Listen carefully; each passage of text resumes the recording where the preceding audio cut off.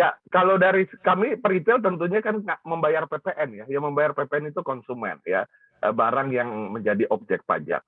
Nah, kondisinya ini yang kita harapkan tentunya kita sudah sampaikan dalam berbagai FGD untuk kebutuhan pokok, walaupun di dalam Undang-Undang HPP 21 ya Oktober 2021 yang sudah diratifikasi, yang barang pokok itu sekarang sudah menjadi objek pajak, tetapi belum dikenakan PPN. Ya, saat ini belum menjadi pengenaan PPN yang 11%. Nah, berharap bahwa itu tidak pernah terjadi lah ya untuk bahan pokok ini ya, yang beras, kemudian juga gula dan lain sebagainya, walaupun gula di flyernya sebenarnya udah nggak kena, tetapi masih juga dikenakan. Sekarang minyak goreng juga kan sebenarnya ya sekarang masih dikenakan ya. Berharap justru yang memang betul-betul bahan pokok itu kalau sudah menjadi objek pajak tidak dikenakan, ataupun DTP ditanggung pemerintah ya, seperti minyak goreng yang terkena PPN ini, kalau memang mengizinkan ada DTP ditanggung pemerintah, maka ini juga tentunya akan membantu. Karena kebutuhan pokok tentunya yang paling hakiki dari masyarakat dan yang paling besar pembelanjaannya ya dari kebutuhan secondary ataupun tersier dan seterusnya. Nah ini ya PPN ini sedikit banyaknya akan juga meningkatkan inflasi. Walaupun kita tahu bahwa berbagai kesempatan disampaikan nggak akan lebih 4%, mudah-mudahan seperti itu. Karena normally kita, PPN kita itu sebelum pandemik itu antara 3-3,2%. Nah kalau sudah 4% sebenarnya sudah lampu kuning, ya, dan kita harus berusaha tentunya menjaga itu tidak lewat daripada itu. Kita tahu negara-negara luar saat ini sudah berada di titik yang rawan ya, sudah ada yang double digit ya, bahkan negara maju ya mendekati double digit 8-9%. Nah, sekiranya Indonesia masih bisa menahan di bawah angka 4%, ya tentunya ini yang menjadi PR kita bersama. Baik, Pak Roy, kalau IMF ini memprediksi negara-negara emerging markets ini inflasinya bisa mencapai 8,7%, sedangkan target pemerintah 2 Betul. hingga 4%. Kalau memang melampaui, lalu seperti apa optimisme Aprindo untuk kuartal 3 dan kuartal 4 tahun ini?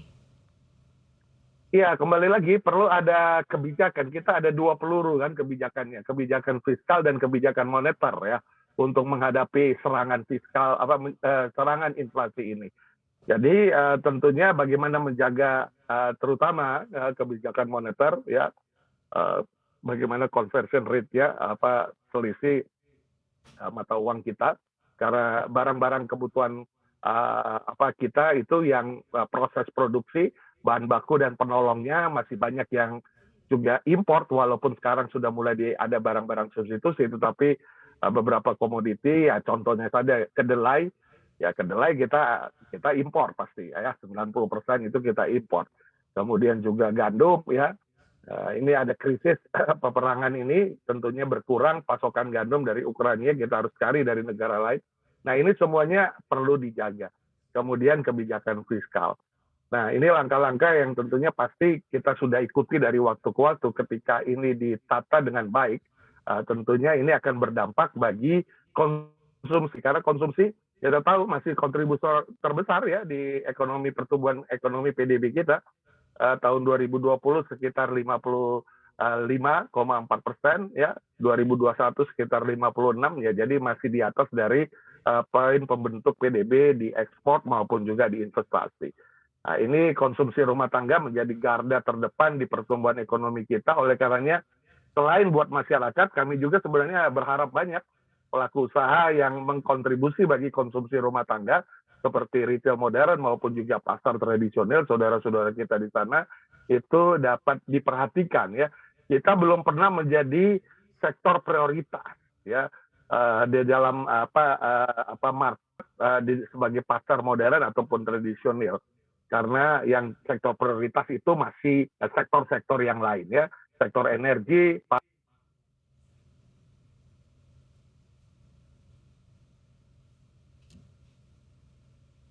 Mohon maaf, Pak Roy, kami tidak bisa mendengar suara Bapak.